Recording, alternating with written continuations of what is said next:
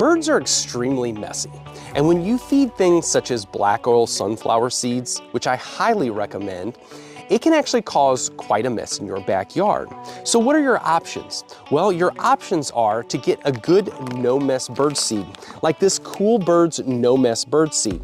And what this does is it cuts down on all the hulls and shells of the sunflower seeds and leaves only things that are eaten by the birds. And this will clean up all the mess that you have, and you can still keep feeding birds, and you won't have a big mess in your backyard.